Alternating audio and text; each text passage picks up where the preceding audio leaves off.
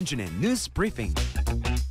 Why so serious? Me, me, me, me, me, me, me, me, me, me, only me, me, me, me, me, me, me, me, me, me, me, me, sexy me. Why so serious? 본격적인 뉴스 브리핑 전에 만납니다. 뉴스 전 빅커뮤니케이션 전민기 팀장 오셨습니다. 안녕하세요. 네, 반갑습니다. 전민기입니다.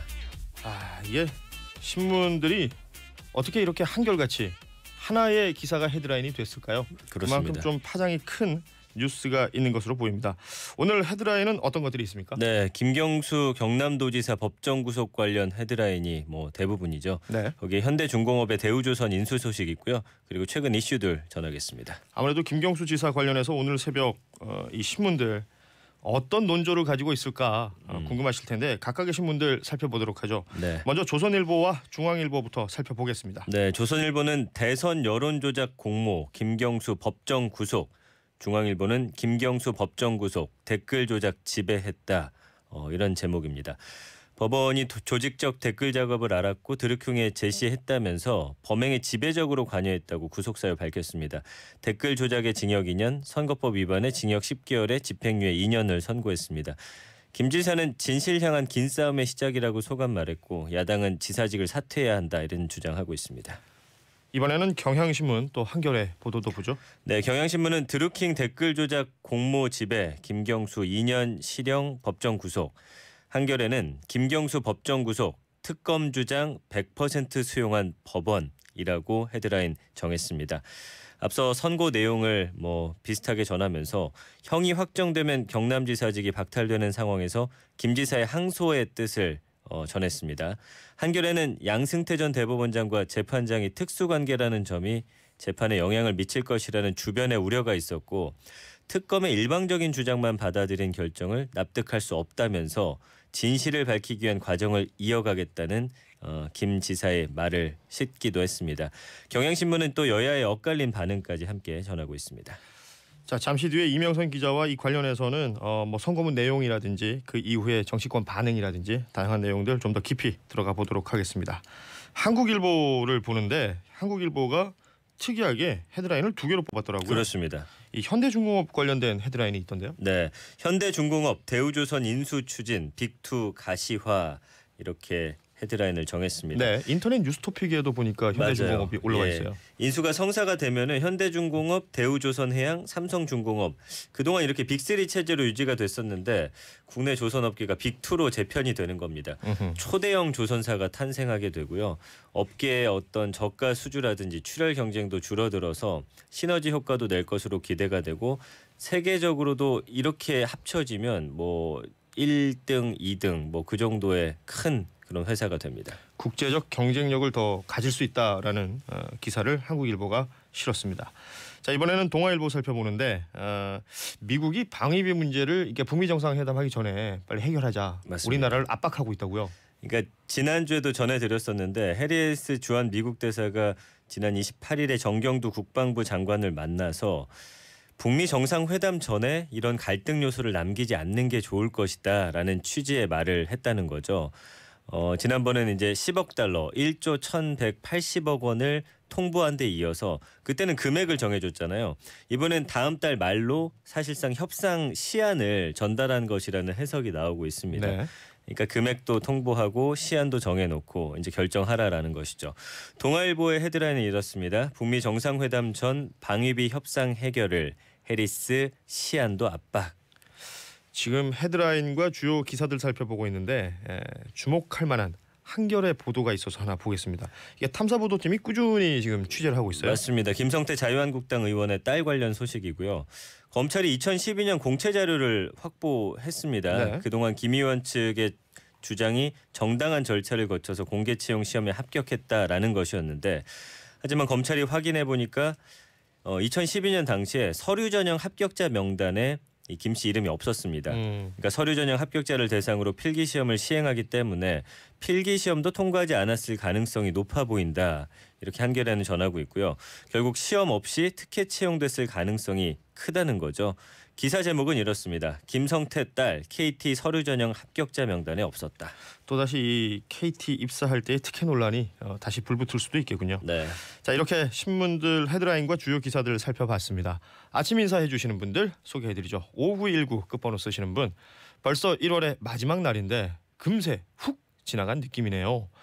그러게요. 진짜 내일이면 빨리 갔어요. 2월 1일이에요. 네. 그러니까 한 달이 이렇게 빨리 갈 수가 있구나 이런 생각이 듭니다. 2월은 또 짧아서 더 빨리 갈 텐데. 그럴 수 있어요. 또 서울도 있고요.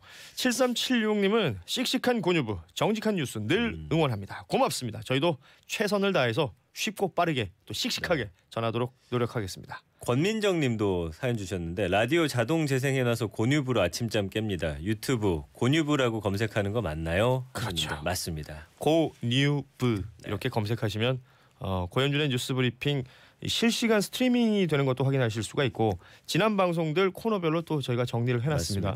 예, 참고하시면 좋겠습니다. 김재홍님인데요. 안녕하세요. 버지니아에도 한파가 왔습니다. 미국 버지니아 얘기하시는 거겠죠? 예, 도쿄에 이어서 버지니아까지. 세계로 뻗어갑니다. 대단하네요. 남미 쪽이 좀 부진해요. 남미 쪽은 아닙니다. 아프리카 쪽이라. 기대해 보겠습니다. 많은 분들의 참여 바라고요.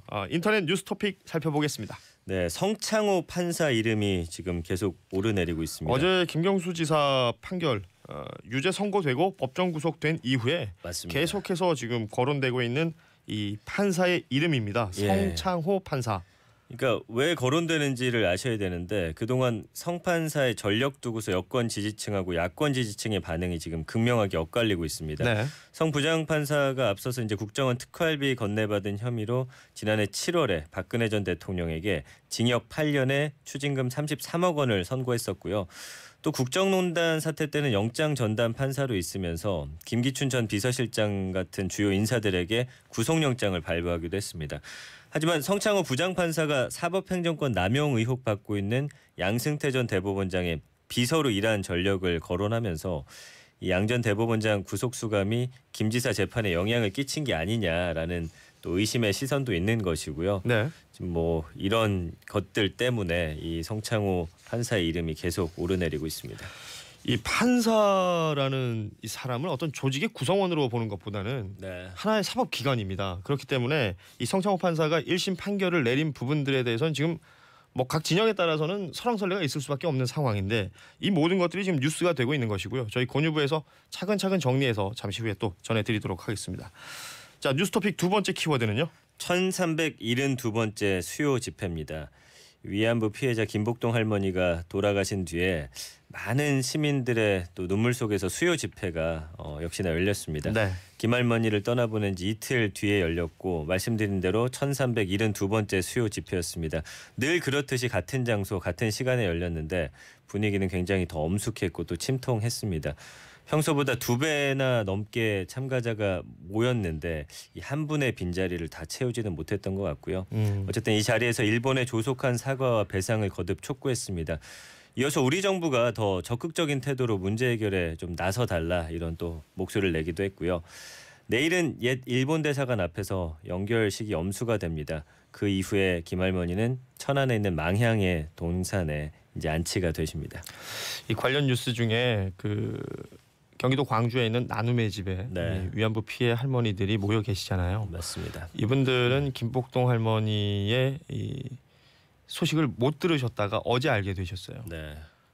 복동이가 갔다고라고 하시면서 굉장히 비통해하시는 모습이었고 그 자리 우리가 메우겠다. 우리는 끝까지 싸우겠다라는 또 말씀을 하셨다고 해요. 수요 집회 매주 수요일마다 열리고 있습니다만 어제 수요 집회는 또 다른 의미가 있었던 것으로 느껴집니다. 그렇습니다. 자, 다음 토픽 이명희 갑질이라는 키워드네요. 예, 왜 이거 예전 소식인데 또 하나라는 분들도 계실 수도 있는데 이 한진그룹 조양호 회장의 부인 이명희 씨의 알려지지 않았던 갑질 폭행이 검찰 고소장을 통해서 이제 추가로 드러나게 됐습니다. 이걸 보면은 운전 중인 기사에게 약속 늦었다고 욕설 굉장히 심하게 퍼붓고요.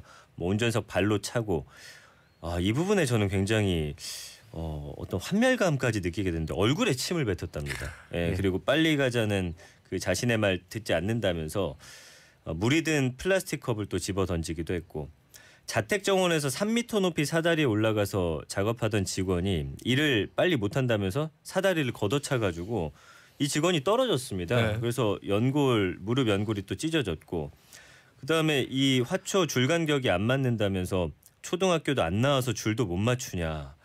와 이런 욕을 했고 또 꽃을 포기째 뽑아 던지는 바람에 눈에 흙이 들어가기도 했습니다. 그러니까 어쨌든 잡히는 대로 던지더라고요. 뭐 화분이나 밀대, 철제, 전자가위 이런 위험한 물건도 서슴없이 던졌던 것으로 이 조사 내용에서 드러났습니다. 아니 뭐 우리가 언제부턴가 이제 갑질이라는 표현을 아무렇지도 않게 쓰고 있는데 이건 갑질 이상이에요. 인격 말살입니다. 맞습니다. 네. 그러니까 어떤 처벌이든 내려져야 될 것으로 보이고 이게 수긍할 만한 처벌이 되려면 어느 정도 수위여야 할까요? 참 말이 나오지 않네요. 다음 토픽 보겠습니다. 예천군 의원 제명입니다. 이 공무 국외 연수 중에 가이드 폭행한 박종철 등 예천군 의원 3명에게 제명 결정이 나왔습니다. 그러니까 경북 예천군 의회 윤리특별위원회가 폭행 당사자인 박종철 의원, 도우미 발언한 권도식 의원, 국외 연수 이끈 이영식 의장에게 뭐 추가로 소명 들은 다음에 이렇게 결정했는데 일단은 내일 열리는 본회의에서 이제 이 징계를 의결하게 됩니다. 근데 내일 결정 지켜봐야 되고요.